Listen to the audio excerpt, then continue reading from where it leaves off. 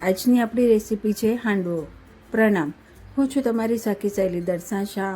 આજે મેં તમારી સાથે હાંડવાની રેસીપી શેર કરી છે, જે ગુજરાતીઓને અને બીજા બધાને પણ બહુ જ ભાવે. તો ચલો આપણે તેની શરૂઆત કરીએ. તેના માટે મેં લીધો છે રવો. રવાને આપણે ચારી લઈશું. હવે તેમાં આપણે ચણાનો લોટ થોડો ઉમેરીશું અને તેને પણ ચારી લઈશું.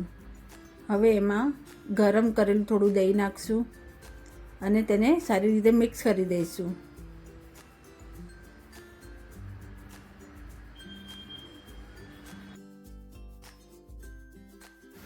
હવે આપણે આમાં થોડું થોડું પાણી નાખી મિક્સ કરતા જઈશું. આમાં મેં લગભગ 1 કપ જેટલું પાણી વાપર્યું છે.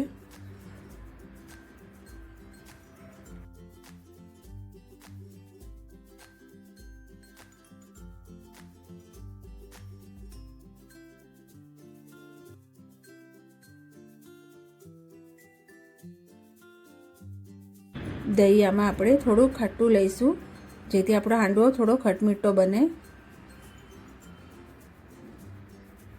હવે 15-20 મિનિટ માટે તેને સાઈડ પર મૂકી દઈશું.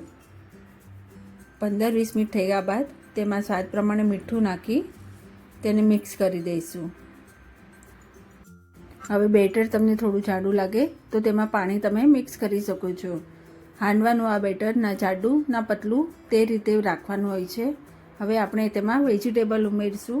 તેમાં સમારેલી કોબી, શિમલા મરચાં, ઝીણા સમારેલા ટામેટાં, પર્પલ કોબી અને વાટેલા લીલા મરચાં, આ બધું આપણે એક એક કરીને મિક્સ કરી દઈશું. વેજીટેબલ તમે તમારા હિસાબથી કોઈ બી લઈ શકો છો.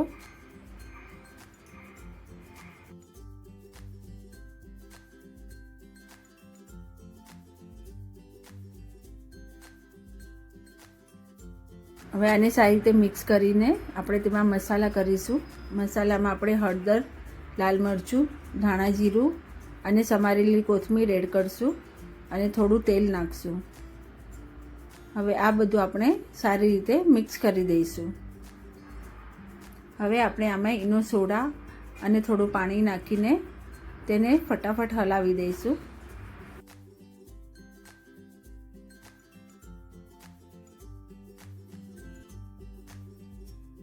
કર્યા બાદ હવે એક પેનમાં આપણે તેલ લઈશું અને તેમાં રાઈ ચટકવા દઈશું અને એમાં તલ નાખશું. થોડો લીમડો તમે સમારીને બી નાખી શકો છો. હવે આપણે તમારે જેટલા સાઈઝનો હાંડવો કરવો હોય તે રીતે તેમાં બેટર નાખશું અને તેને ફેલાવી દઈશું.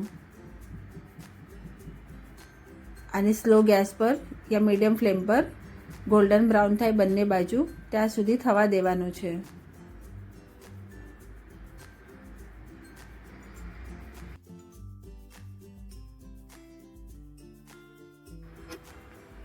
હવે આપણો આ હાંડવો બંને બાજુથી સરસ ગોલ્ડન બ્રાઉન થઈ ગયો છે.